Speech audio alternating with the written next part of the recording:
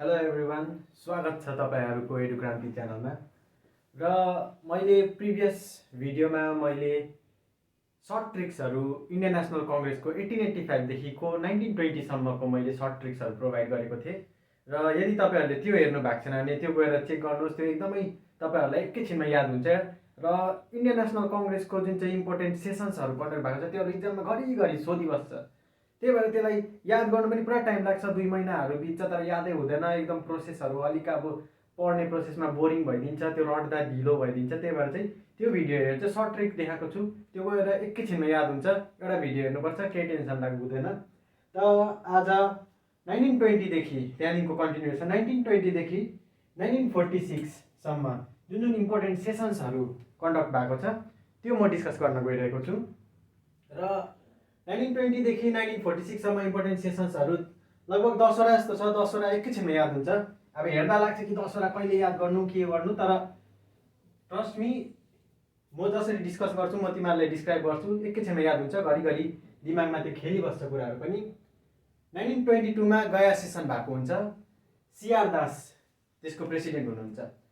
र यसको इम्पोर्टेन्स के छ भन्दा चाहिँ 1922मा सीआर दास चाहिँ गयाको प्रेसिडेन्ट हुनुहुन्छ। र यो सेसनको बादमा चाहिँ कङ्ग्रेस खिलाफत स्वराज पार्टीको इस्टाब्लिस भएको हुन्छ। त्यतिबेला सीआर दास र मोतीलाल नेहरूजीले मिलेर कङ्ग्रेस खिलाफत स्वराज पार्टी चाहिँ सुरु गर्नुहुन्छ।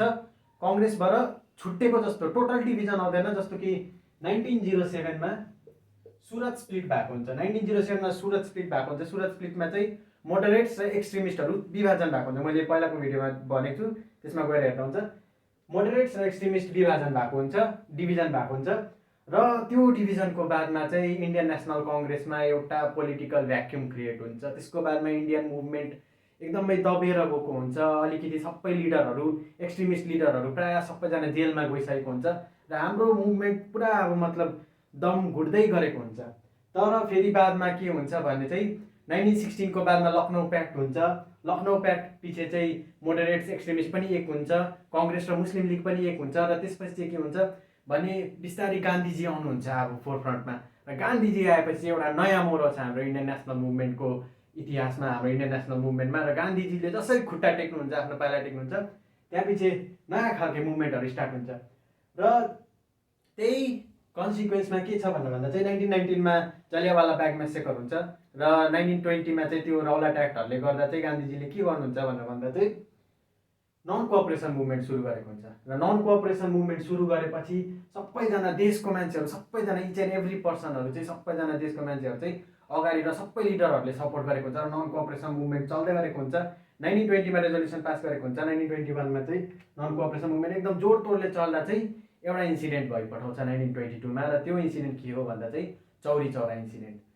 र चौरी चौरा इन्सिडेन्टमा चाहिँ के हुन्छ भन्दा चाहिँ जति पनि प्रोटेस्ट गर्नेहरू, नन कोअपरेसन मुभमेन्ट गर्नेहरू, एक्टिभिस्टहरू थियो, तिनीहरूले चाहिँ के गर्छ, एउटा पुलिस स्टेसनमा चाहिँ पुलिसहरूलाई चाहिँ जलाएर डल्लै पुलिस स्टेसनलाई राख गरिदिएको हुन्छ। र त्यो भाइलेन्स देखेर चाहिँ महात्मा गान्धीजीले के भन्नुहुन्छ भने चाहिँ अब चाहिँ नन कोअपरेसन मुभमेन्ट चाहिँ हामीले यहीँ रोक्नुपर्छ भनेर भन्छ। नन कोअपरेसन मुभमेन्ट अब अगाडि बढ्दैन, यो अहिंसा, यो हिंसाको तर्फ जाँदैछ, हामीले यही रोक्नुपर्छ। अरू लिडरहरू जो हुनुहुन्छ, जसले चाहिँ अपोज गर्छ त्यहाँपछि कतिजना लिडरहरूले, जस्तो कि सीआर दास, मोतीलाल नेहरू जस्ता लिडरहरूले चाहिँ के गर्नुहुन्छ भने चाहिँ अरे यस्तो राम्रो अब हाम्रो यो मुभमेन्ट चल्दैछ, अब मान्छेहरू सबैजना एउटा देशलाई एक पार्नुको लागि कति वर्ष लागेको हुन्छ। र मान्छेहरूलाई त्यो तत्ताउनुको लागि, र मान्छेहरू जब तात्तेर जब मुभमेन्टमा पार्टिसिपेट गर्नु थालेको छ, सबैजना मान्छेहरू बाहिर निस्किन थालेको छ, यस्तो मोमेन्टमा आएर तपाईँले किन चाहिँ अब नन कोअपरेसन मुभमेन्टलाई रोक्ने अब यस्तो मतलब डिसिजन लिएको भनेर कतिजना लिडरहरूले चाहिँ गान्धीजीलाई सपोर्ट गर्नु हुँदैन। तर कतिजना लिडरहरूले चाहिँ सपोर्ट गर्छ। सपोर्ट गर्ने लिडरहरू चाहिँ वल्लभ भाइ पटेल, राजेन्द्र प्रसाद, जवाहरलाल नेहरू, उहाँहरू चाहिँ के हुन्छ, गान्धीजीलाई सपोर्ट गर्नुहुन्छ। किनभने उहाँले गान्धीजीलाई के गर्नुहुन्छ भने सम्मान दिनुहुन्छ। र गान्धीजीले भनेको छ भने चाहिँ केही न केही ठुलो कुरा सोचेकै होला।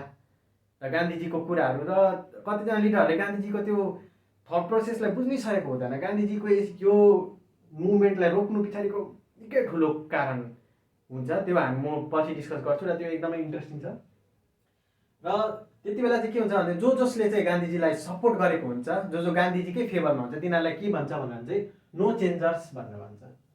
नो चेन्जर्स भनेर, CHANGERS। र यसमा जवाहरलाल नेहरू, सरदार वल्लभ भाइ पटेल, अन्त राजेन्द्र प्रसाद जस्ता लिडरहरू र जसले चाहिँ डिसाइड गर्छ कि होइन हामी एगेन्स्टमा जान्छौँ, तिनीहरू चाहिँ को हो भन्दा चाहिँ सीआर दास, मोतीलाल नेहरू। र त्यही भएर चाहिँ तिनीहरूलाई चाहिँ स्वराजिस्ट भन्छ। हामी चाहिँ होइन अहिले स्वराज अहिले कहिले चाहियो, हामी मुभमेन्ट रोक्दिनँ, हामी मुभमेन्ट अगाडि नै बढाउँछौँ भन्ने खालके मेन्टालिटी। र सीआर दासले त्यसपछि 1922को बादमा गया सेसनको बादमा चाहिँ 1923को 1 जनवरीको दिन चाहिँ त्यहाँदेखिको चाहिँ यसमा रेजोल्युसन लिएको हुन्छ सेसनमा कि हामीले चाहिँ अब स्वराज पार्टी हामी कङ्ग्रेसबाट छुट्टिन्छु भन्दा। तर पछाडि के हुन्छ भन्दा चाहिँ सुरत स्प्लिट जस्तो घटना हुँदैन, लिडरहरूले बुझिसकेको हुन्छ एकदम टोटल्ली डिभाइड भयो भने हामी खतम हुन्छु भनेर। त्यही भएर चाहिँ के गर्छ, स्वराजिस्टहरूलाई पनि कङ्ग्रेसभित्रै बस्छ भन्ने खालको ओपिनियन लिएर चाहिँ अगाडि बढ्छ र कङ्ग्रेस खिलाफत स्वराज पार्टी चाहिँ इस्टाब्लिस हुन्छ। र बहुत इम्पोर्टेन्ट चाहिँ 1922को। 1924को इम्पोर्टेन्स एकदम, अब यसको इम्पोर्टेन्स किन हो भन्दा चाहिँ महात्मा गान्धीजी स्वयं नै 1924को बेलगाउँ सेसनको चाहिँ प्रेसिडेन्ट हुनुहुन्थ्यो र उहाँ प्रेसिडेन्ट हुनुभयो, यसमा त त्यो इम्पोर्टेन्ट भइहाल्यो। त्यही भएर यो फ्रिक्वेन्टली इक्जाम आएपछि यो पुरा इम्पोर्टेन्ट छ। बेलगाउँ सेसन महात्मा गान्धीजी 1924को, र यो याद गर्नुपर्छ। त्यसपछि 1925 कानपुर सेसन। कानपुर सेसनमा के भयो, सरोजिनी नाइडू प्रेसिडेन्ट हुनुभयो र सरोजिनी नाइडूले किन इम्पोर्टेन्ट छ भन्दा चाहिँ सरोजिनी नाइडू चाहिँ first Indian woman president of Indian National Congress हो। First Indian woman president of Indian National Congress Sarojini Naidu. First woman president of Indian National Congress को हो भन्दा चाहिँ एनी बेसेन्ट। एनी बेसेन्ट जो चाहिँ 1917मा चाहिँ इन्डियन नेसनल कङ्ग्रेसको प्रेसिडेन्ट हुनुभएको थियो। एनी बेसेन्ट चाहिँ first woman president of Indian National Congress र first Indian woman president of Indian National कङ्ग्रेसको हो सरोजिनी नाइडू। त्यसको बादमा 1929 एकदम इम्पोर्टेन्ट छ। 1929को Jawaharlal Nehru Lahore session of Indian National Congress. Lahore session of Indian National कङ्ग्रेसमा चाहिँ के भयो भन्दा चाहिँ पूर्ण स्वराजको रेजोल्युसन लिएको थियो। पूर्ण स्वराज, हामीलाई कम्प्लिट इन्डिपेन्डेन्स चाहिन्छ भनेर चाहिँ रेजोल्युसन लिएको थियो। र यो सेसनमा चाहिँ के हुन्छ भन्दा चाहिँ पूर्ण स्वराजको रेजोल्युसन लियो र 26 जनवरी 1930मा चाहिँ सबै हाम्रो पोलिटिकल लिडरहरूले मिलेर चाहिँ के गर्यो भन्दा चाहिँ पूर्ण स्वराज डे सेलिब्रेट गरेको छ 26 जनवरी 1930। र पूर्ण स्वराज डे यही डेटलाई इम्पोर्टेन्स दिनुको लागि चाहिँ हामी प्रत्येक वर्ष चाहिँ के गर्छौँ, रिपब्लिक डे मनाउँछौँ 26 जनवरीको दिनमा। र त्यही भएर 26 जनवरी 1930 चाहिँ के हो भन्दा पूर्ण स्वराज डे।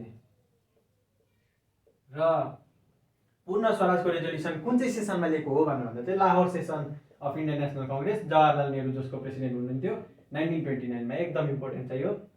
त्यसको बादमा 1931मा Karachi session of Indian National Congress. यो त्यति साह्रो सोध्दैन, प्रायः WBCSको क्वेसनहरूतिर यो सोध्छ। र यसको प्रेसिडेन्ट सरदार वल्लभ भाइ पटेल हुनुहुन्छ। र यसको इम्पोर्टेन्स के छ भन्दा चाहिँ रेजोल्युसन पास गरेको थियो नेसनल इकोनोमिक प्रोग्राम र फन्डामेन्टल राइट्समाथि चाहिँ के गरेको थियो, रेजोल्युसन पास गरेको थियो। 1937मा चाहिँ अब यसको इम्पोर्टेन्स के छ, 1937मा चाहिँ फर्स्ट टाइम ग्रास रुट लेभलमा गएर सेसन कन्डक्ट भएको थियो, भिलेजमा कन्डक्ट भएको थियो फर्स्ट टाइम। पहिला नभए मद्रास, कलकत्ता यस्तो सिटिजहरूतिर कन्डक्ट हुन्थ्यो, फर्स्ट टाइम भिलेजमा कन्डक्ट हुने चाहिँ फैजपुर हो। फैजपुर भिलेजमा कन्डक्ट भएको थियो 1937मा। र प्रेसिडेन्ट को हुनुहुन्थ्यो भन्दा चाहिँ जवाहरलाल नेहरू हुनुहुन्थ्यो। र यसको इम्पोर्टेन्स यही त, फर्स्ट टाइम भिलेजमा कुन चाहिँ भिलेजमा कन्डक्ट भएको हो भन्दा चाहिँ फैजपुरमा, first association to be conducted in village. 1938-39 एकदम इम्पोर्टेन्ट छ। 1938-39 यसलाई तिमीहरूले हात्ती भनेर याद गर्दा पनि हुन्छ, सर्ट ट्रिक हो। हात्ती, हरिपुरा र त्रिपुरी। र यसको प्रेसिडेन्ट को हुनुहुन्छ भन्दा चाहिँ सुभाष चन्द्र बोस। तर यसमा अलिकति ट्विस्ट छ। हात्ती 1938-1939 Haripura session Subhash Chandra Bose president elect हुनुभएको थियो। र सुभाष चन्द्र बोस एकदम एउटा एक्टिभ लिडर, एकदम युथफुल लिडर र हाम्रो देशको अहिलेसम्मको अब सबसे युथफुल र जानदार लिडर भन्दा पनि हुन्छ। अब जसले चाहिँ अब त्याग, उहाँको बलिदानको जति पनि कुरा गऱ्यो भने एकदमै कम्ती हुन्छ र प्रशंसा जति नै गर्दा पनि हुँदैन। र 1938मा चाहिँ हरिपुरा सेसनमा सुभाष चन्द्र बोस चाहिँ प्रेसिडेन्ट हुनुहुन्थ्यो। 1939मा त्रिपुरी सेसनमा पनि सुभाष चन्द्र बोस इलेक्ट हुनुभयो as a president of Indian National Congress. र तर के भयो भन्दा चाहिँ बादमा उहाँले रिजाइन गर्नुभयो। रिजाइन किन गर्नुभयो भन्दा चाहिँ मतभेद भयो। गान्धीजीको क्यान्डिडेट चाहिँ को थियो भन्दा चाहिँ इलेक्सनको लागि चाहिँ पत्ताभी सीतारामैया, PATTABHI, पत्ताभी SITARAMAYYA, पत्ताभी सीतारामैया चाहिँ गान्धीजीको क्यान्डिडेट हुनुहुन्थ्यो। र गान्धीजीको क्यान्डिडेट किन पत्ताबी सीतारामैया भन्दा चाहिँ अलिक सुभाष चन्द्र बोसको मुभमेन्ट गर्ने प्रोटेस्ट गर्ने मेथड र गान्धीजीको मेथडमा चाहिँ अलिकति डिभिजन पाउँछौँ। यो हामी पछि गएर एकदम फुल लेन्थमा डिस्क्राइब गर्नेछु म।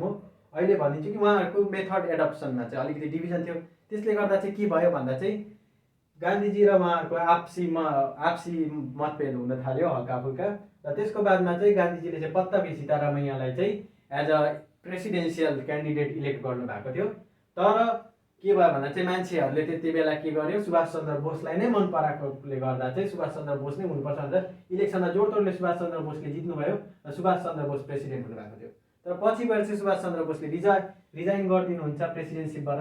र रिजाइन गरेपछि को प्रेसिडेन्ट हुन्छ भन्दा चाहिँ डाक्टर राजेन्द्र प्रसाद प्रेसिडेन्ट हुन्छ।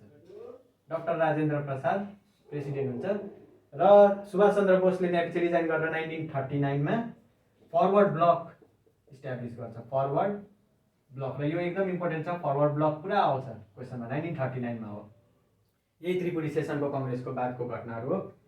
अब यति हो, योहरू इम्पोर्टेन्ट छ। अब 1940मा चाहिँ के हुन्छ भन्दा चाहिँ रामगढी त्यति साह्रो सोध्दैन, मौलाना अबुल कलाम छ। तर यसको अलिकति मोतीमारलाई के छ भन्दा चाहिँ ट्विस्टहरू अलिकति बताइदिन्छु क्वेसनहरूमा कसरी फर्म गर्छ भने चाहिँ मैले प्रिभियस भिडियोमा भनेको थिएँ Dadabhai Naoroji most number of time selected president of Indian National Congress, 3 पल्ट इलेक्ट हुनुभएको दादाभाइ नौरोजी 1886, 1893 र 1906मा चाहिँ उहाँ इलेक्ट हुनुभएको। र most number of times elected प्रेसिडेन्टमा कोही बेला क्वेसन आउँछ दादाभाइ नौरोजी अप्सनमा हुन्छ, महात्मा गान्धी, सरोजिनी नाइडू यसरी हुन्छ। दादाभाइ नौरोजी अप्सनमा छ भने दादाभाइ नौरोजी टिक गर्नुपर्छ। उहाँ 3 पल्ट thrice, who was elected thrice भनेर आउँछ दादाभाइ नौरोजी। त्यस्तै प्रकारले अझै जवाहरलाल नेहरू पनि निकै पल्ट इलेक्ट हुनुभएको हुन्छ। जवाहरलाल नेहरू लगभग 4 पल्ट जस्तो इलेक्ट हुनुभएको हुन्छ। 1929 जुन चाहिँ हामीले पढिहाल्यो, यो एकदम इम्पोर्टेन्ट छ। 1930, 1936 र 1937 यो मैले फर्स्ट टाइम भिलेजमा भएको। र यसरी र अप्सनमा यदि Dadabhai Naoroji, Jawaharlal Nehru most number of टाइम्सहरू यस्तो खालको क्वेसनहरू आउँछ, योहरू अलिकति ध्यान दिनुपर्छ। तर जब अप्सनमा तिमीहरूको मौलाना अबुल कलाम आजाद छ, यसमा अलिकति ट्विस्ट छ। 1940मा रामगढमा चाहिँ सेसन भएको थियो र त्यति बेला मौलाना अबुल कलाम आजाद चाहिँ प्रेसिडेन्ट चुनिनु भएको थियो। र 1940 को बादमा चाहिँ के भयो भन्दा चाहिँ त्यहाँ पछि एकदमै माहौलहरू गरम हुन थाल्यो। दुनियाँभरि वर्ल्ड वार 2 स्टार्ट भयो र त्यसको बादमा इभेन्टहरू हुन थाल्यो। क्विट इन्डिया मुभमेन्टहरू भयो 1942मा र रोयल इन्डियन नेभी म्युटिनी पनि भयो। यस्तो म्युटिनीहरूले गर्दा यस्तो आइएनए ट्रायल्स योहरू पुरा इम्पोर्टेन्ट छ।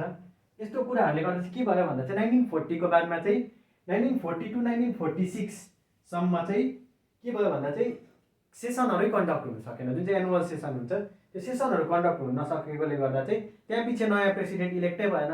र नयाँ प्रेसिडेन्ट इलेक्ट नभएपछि चाहिँ लगातार 1940 देखि 1945 सम्म चाहिँ 1940 देखि 1945 सम्म चाहिँ प्रेसिडेन्ट को हुनुहुन्थ्यो भनेर भन्दा चाहिँ मौलाना अबुल कलाम आजाद। र सबसे लामो पिरियडसम्म प्रेसिडेन्ट को बस्यो भनेर भन्दा चाहिँ को आउँछ भन्दा चाहिँ Maulana Abul Kalam Azad will be the right answer. र यो अलिकति ध्यान दिनुपर्छ। र त्यसको बादमा 1946मा चाहिँ लास्ट सेसन कन्डक्ट भएको हुन्छ। लास्ट सेसन मतलब इन्डिपेन्डेन्स भन्दा अगाडिको लास्ट सेसन कन्डक्ट हुन्छ, मिरटमा हुन्छ र यसको प्रेसिडेन्ट को हुनुहुन्छ जेबी कृपलानी। यो त्यति साह्रो सोध्दैन, तर पनि लास्ट सेसनको प्रेसिडेन्ट को थियो भनेर भन्दा चाहिँ इन्डिपेन्डेन्सको अगाडिको 1947मा इन्डिया इन्डिपेन्डेन्स भयो, त्यसको अगाडि लास्ट सेसनको प्रेसिडेन्ट को भन्दा चाहिँ जेबी कृपलानी, मिरट सेसन 1946मा भएको। र यहीहरू इम्पोर्टेन्ट छ। यति हाम्रो भयो। यति तिमीहरूलाई एकैछिनमा याद हुन्छ। र योहरू इम्पोर्टेन्ट हो, पढिबस्नु पर्दैन घरिघरि। त्यो दिमागमा एकपल्ट मजाले खेलायो भने याद भइहाल्छ। मोस्ट इम्पोर्टेन्ट के छ भन्दा चाहिँ 1929, 1924 यो दुईवटा चाहिँ एकदमै इम्पोर्टेन्ट छ। र अर्को भिडियोमा म 10वटा जस्तो एकदम मोस्ट मतलब जो चाहिँ एकदमै पढेकै हुनुपर्छ, जो चाहिँ याद हुनैपर्छ, त्योहरू म चट्टै निकालेर म तिमीलाई एउटा भिडियो बनाइदिन्छु। र हामी पढ्दै गर्नुपर्छ, यसरी नै अगाडि बढ्दै गर्नुपर्छ। सबै कुरा अगाडि चल्दै गर्छ र हार कहिले खानु हुँदैन। हामी एकदम मजाले अगाडि इक्जामहरू आउँछ, इक्जामहरू आएर त्यसलाई क्र्याक पनि गर्नुपर्छ। Thank you.